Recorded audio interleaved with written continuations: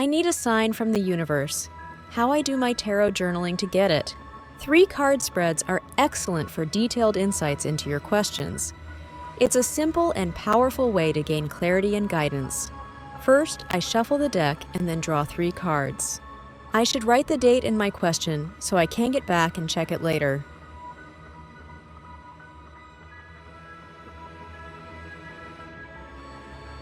My question is about my career. I've got a good offer and I need an advice. To strengthen my connection with the cards, I take stickers corresponding to each card and place them in a special space in my journal. I use a learning tarot deck, so I don't need to check meanings. I simply read them on each card.